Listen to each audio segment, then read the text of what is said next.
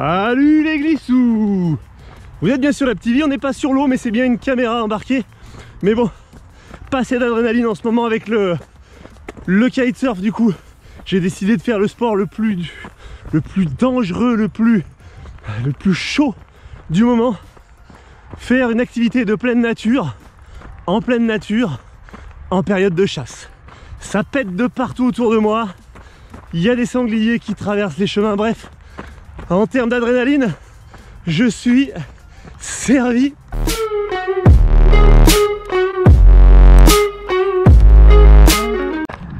Allez, trêve de plaisanterie. On se retrouve une fois n'est pas coutume sur la terre ferme pendant mon petit footing quotidien. Eh bien pour tester une fois de plus la stabilisation de cette GoPro Hero 7 ainsi que son micro. Et puis 2 du coup pour répondre tranquillement à vos questions. C'est donc un Ask LAB. On est parti mes glissous. Je vais répondre. Il y a pas mal de questions. Il y a des questions d'ordre technique, des questions générales sur la chaîne. Et puis il y a des questions, remarques, de haters. Le haters, vous savez qui c'est? C'est celui qui balance son pouce rouge systématiquement. Dès que la vidéo sort, il l'a même pas encore regardé. Il a besoin de mettre le pouce rouge. Et de temps à autre, il va même jusqu'à mettre le commentaire. Le commentaire agressif, dénué de tout fondement.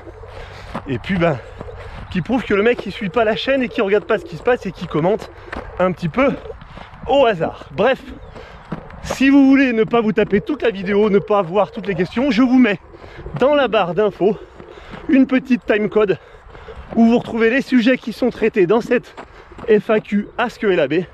Et comme ça vous pouvez aller directement au sujet concerné. Alors déjà je vais changer de bras direct. Alors, première question. Quel sport pratiques-tu? Quel sport faut-il pratiquer en plus du kitesurf pour se préparer physiquement? Alors le kitesurf, on y reviendra dans diverses vidéos durant l'hiver, mais le kitesurf c'est un sport où il faut une bonne endurance générale et du tonus. Ça va être le plus important, une endurance générale et du tonus. Tout du moins pour le kitesurfeur que tu es, que je suis, c'est-à-dire le kitesurfeur lambda, le non-compétiteur, le non-kitesurfeur extrême. Donc, qu'est-ce qui est bien? Une activité physique régulière d'endurance, de la course à pied, en passant par la natation. La natation, c'est très très bon parce que c'est très complet, en passant par le vélo, le VTT, etc. Je vais marcher un petit peu, ça sera peut-être plus simple de vous parler. On va quand même guetter que je ne me retrouve pas au milieu d'une battue ou d'un traquenard. Non, tout va bien. Trace de sanglier, trace de sanglier, trace de sanglier. On va peut-être croiser mon pote Sanglius. Bref, donc activité, endurance, 3-4 fois par semaine. Essayez d'avoir une pratique longue de 1 à 2 heures d'activité, c'est très bien. Et ça va vous permettre déjà d'avoir un bon fond de caisse. Ce fond de caisse, à quoi il va vous servir? Il va vous permettre d'être endurant, c'est-à-dire d'encaisser votre session, de pouvoir rester plus longtemps sur l'eau, mais aussi de mieux récupérer et donc d'optimiser votre semaine de vacances. Si vous partiez une semaine faire du kite, par exemple, c'est les vacances de la Toussaint, vous avez décidé de partir au chaud, voilà. On revient plus en détail sur tous ces sujets dans les vidéos laboratoire physique qui arrivent au courant novembre. On enchaîne sans transition les amis, justement. Une bonne destination kite. Vous m'avez demandé bonne destination kite en novembre, Tarifa. En décembre, Tarifa. En janvier, Tarifa. En février, Tarifa. Bon, on est en trêve de plaisanterie. Tarifa, c'est très bon pendant l'hiver. La température extérieure reste relativement douce. Vous êtes sûr d'avoir du vent. Le problème, c'est que c'est parfois du vent trop fort. Donc vous avez, bien entendu, là, novembre, décembre, janvier, le Brésil. Vous avez à partir de mi-novembre jusqu'à mars aussi bien le Vietnam que la Colombie. Vous avez une garantie de vent, des spots variés, vagues, pas vagues. Bref, de quoi vous régaler. Donc si je devais résumer, Tarifa, Colombie, Vietnam, et puis on va rajouter les îles Canaries qui reste relativement venteuse, proche de l'Europe, pas cher et avec de quoi qualité régulièrement.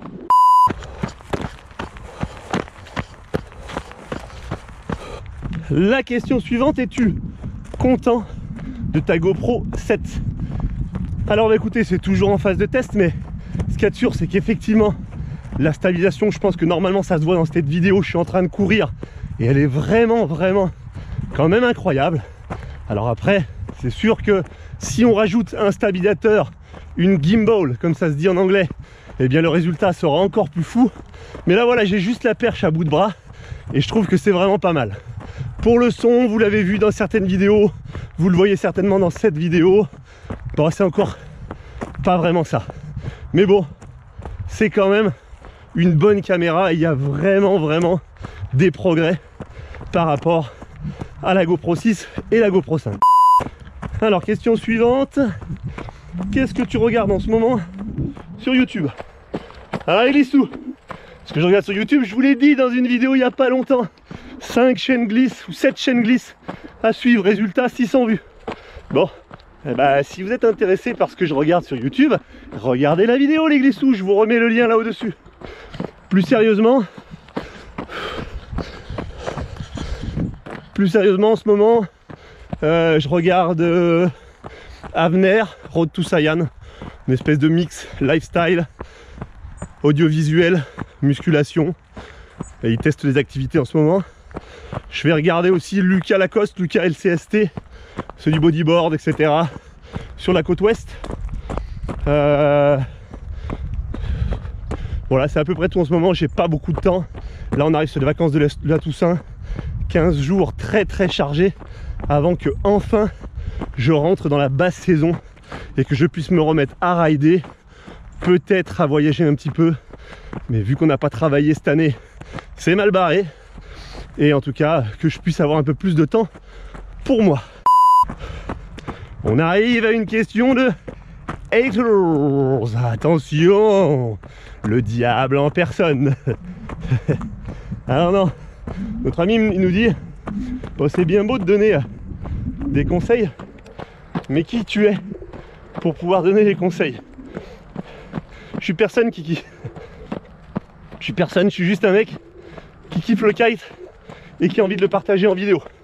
Alors après, si tu me demandes si légalement j'ai la possibilité d'enseigner et de partager du contenu, oui, je suis prof de PS avec une licence STAPS, une maîtrise STAPS en entraînement et préparation physique du sportif. J'ai un CAPEPS, je suis prof de PS, j'ai un DEJEPS, donc c'est le diplôme d'entraînement pour le kitesurf, le diplôme supérieur d'entraînement pour le kitesurf, au-dessus du BPJEPS. Bref, on pourrait jouer au concours de qui a le plus gros kiki longtemps. Je m'en fous, moi voilà, je partage. T'as envie de regarder, tu regardes. T'as pas envie de regarder, tu regardes pas. Voili voilou. Allez, on repart sur de la bonne humeur. Ah, la question qui fâche de nouveau. C'est quoi ces pubs qui apparaissent dans tes vidéos? Alors Glissou, YouTube est une plateforme où les créateurs dépendent de YouTube. YouTube achète des publicités, enfin se fait payer pour des publicités, pardon, et les place sur les vidéos des créateurs. En tant que créateur, tu peux donc choisir de, oui ou non, mettre des publicités dans ta vidéo. En échange de ces publicités, YouTube te reverse une petite partie des publicités. Il s'avère que ce que YouTube te reverse, c'est tellement ridicule que pour moi, mettre des pubs, ça n'a aucun intérêt puisque je ne gagne quasiment rien avec. Par contre, et là c'est important les glissous, de bien écouter et de comprendre comment ça fonctionne. YouTube est un outil qui est là pour faire de l'argent. Ils sont là pour faire de l'argent. Donc, qu'est-ce qu'ils font? Ils regardent les vidéos qu'il y a sur leur plateforme et ils se disent, tiens, est-ce que cette vidéo elle a des pubs ou est-ce qu'elle en a pas? Sous-entendu, est-ce que cette vidéo me rapporte de l'argent ou ne m'en rapporte pas?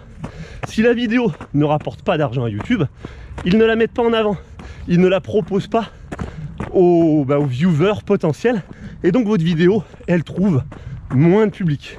Si par contre, votre vidéo propose des publicités, YouTube vous met en avant. C'est pour ça qu'effectivement, récemment, vous avez vu des publicités apparaître sur les vidéos. Ça me permet d'améliorer le référencement. Ça me fait gagner un tout petit peu pour tout le travail qui est fourni. Donc n'hésitez pas à regarder les pubs, à cliquer dessus quand les pubs vous intéressent. En faisant ça, vous soutenez la chaîne et vous soutenez le fait que je sois mis en avant et que je sois visible sur YouTube. Voilà, sujet traité. Je pense que c'est clair. S'il y a des questions, c'est en commentaire que ça se passe. Depuis quand on fait du kitesurf? J'ai commencé en 2003. Donc 2003, 2018, bientôt 2019. Une quinzaine d'années. On va dire mon glissou. Quel est ton background sportif? Alors mon background sportif. J'ai été un multisportif, j'ai fait toujours beaucoup de sports. Je suis prof de PS à la base, je vous rappelle, donc toujours été intéressé par les différents sports. Je viens des sports collectifs à la base avec du hand. J'ai fait pendant des années du hand à bon niveau. Et puis ensuite je suis rentré, on va dire, dans les sports nature via l'escalade, pareil, où étant un peu compétiteur dans l'âme, j'ai tout de suite un peu poussé le niveau. J'ai fait du bloc à bon niveau.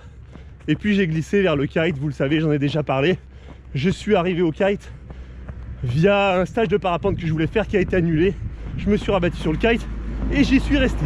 Bon, ça va. Toujours pas de coup de fusil aux fesses. Tout va bien. Alors, la question matérielle que vous me posez souvent en dessous des vidéos. Harnais culotte, harnais ceinture. Il y a une vidéo qui est sortie il n'y a pas longtemps sur la chaîne. Et du coup, ça vous a un peu mis le trouble là. Ouais, le harnais ceinture, donc il est mieux, plus de liberté. Mais par contre, il fait mal au dos. Que choisir? C'est pas compliqué les glissous. Vous êtes très sportif, vous pouvez aller au harnais ceinture sans aucun souci. Ça vous fera plus de liberté, ça vous fera une sensation plus agréable. Vous êtes moins sportif, restez au harnais culotte. Je n'ai pas dit que le harnais culotte n'était pas bien, j'ai juste dit qu'il permettait d'être plus en confort. Donc c'est pareil, je suis sportif, je veux mettre le harnais culotte, il n'y a aucun souci, ça ne vous empêchera pas de poser les mêmes tricks que vous soyez en harnais culotte ou en harnais ceinture. La seule différence, c'est une histoire de confort. Et c'est vrai que si on a une bonne ceinture abdominale, qu'on a une bonne ceinture lombaire, je recommande plutôt de mettre le harnais ceinture pour plus de liberté. Mais le harnais culotte passe très très bien. Un autre ASCLAP qui est revenu souvent, j'ai un gabarit qui dépasse le 1,90 m et les 90 kg. Quel type de planche et quel type d'aile choisir?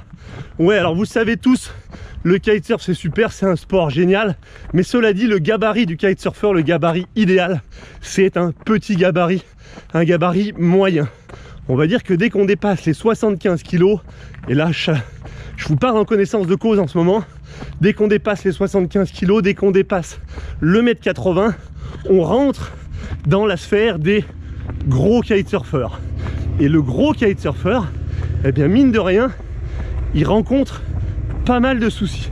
Au niveau de l'aile, beaucoup d'ailes vont se déformer sous votre poids quand vous êtes un gros gabarit. Privilégiez donc les ailes avec plusieurs lattes. Les ailes sans latte ou les ailes avec une seule latte vont avoir tendance à plus se déformer et donc à être moins agréables, moins performantes pour un gabarit costaud, on va dire. Au niveau de la planche, ne restez pas dans les standards en 136, 137. Si vous passez le 1,80 m et que vous passez les 90 kg, n'hésitez pas à aller explorer des tailles de planche plutôt aux alentours des 142, 145 jusqu'à 146. Après, on va pas aller non plus jusqu'à 150, 155. C'est des bateaux et c'est pas super agréable. Mais en tant que gros gabarit, ne vous équipez pas comme le kitesurfer que j'appellerais, vous savez, je vais remarcher un petit peu là, enfin le kitesurfer témoin, vous savez, ce mec d'un mètre 75, 70 kg et avec lequel on définit les plages d'utilisation d'un kite. Non, au-delà d'un mètre 80 et de 75 kg, vous êtes un gros kitesurfer, un gros bébé, adaptez votre matériel. Voilà, bah écoutez mes glissous, ravi d'avoir pu terminer cette vidéo en un seul morceau. Je vous dis à très bientôt. Lâchez-moi toutes vos questions dans les commentaires en dessous pour le prochain Ask LAB que j'essaierai de vous faire sur l'eau cette fois-ci.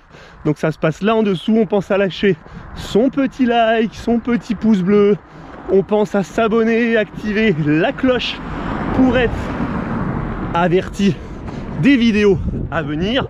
On est en ce moment en pleine vacances de la Toussaint pour 15 jours, donc peut-être que le rythme de vidéo va s'intensifier. Tout dépendra de la météo. Je vous dis la fille de beach, alors on se prend pas la tête et on en profite. À très bientôt mes glissous. Ciao.